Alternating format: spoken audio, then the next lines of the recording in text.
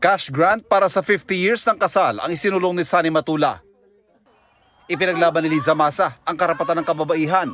Advokasya ni Jerome Adonis ang dagdag budget sa edukasyon. Pagpapalakas ng health service ang kay Nars Alin Andamo. Pagtaas ng sahod ng manggagawa ang kay Mimi Doringo.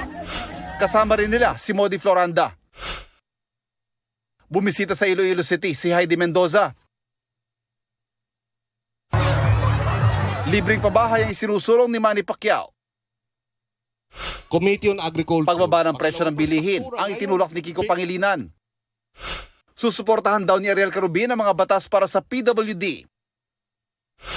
Nangako si Camille Villar ng suporta sa infrastructure projects. Pagalis ng VAT sa kuryente ang inilaban ni Benhur Abalos sa Angeles City. Iminungkahi ni Bam Aquino ang pagsama ng job training program sa mga paaralan.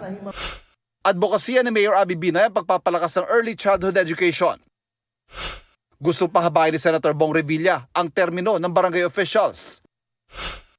Tututukan ni Representative Bonifacio Busita ang agrikultura.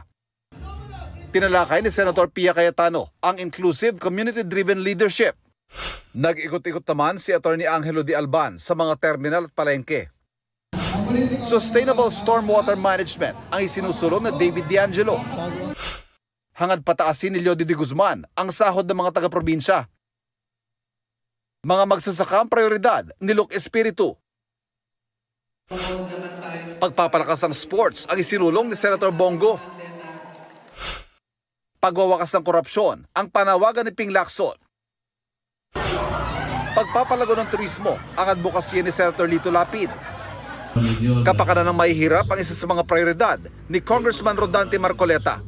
Patuloy naming sinusundan ang kampanya ng mga tumatakbong senador sa eleksyon 2025. Ivan Mayri na nagbabalita para sa GMA Integrated News.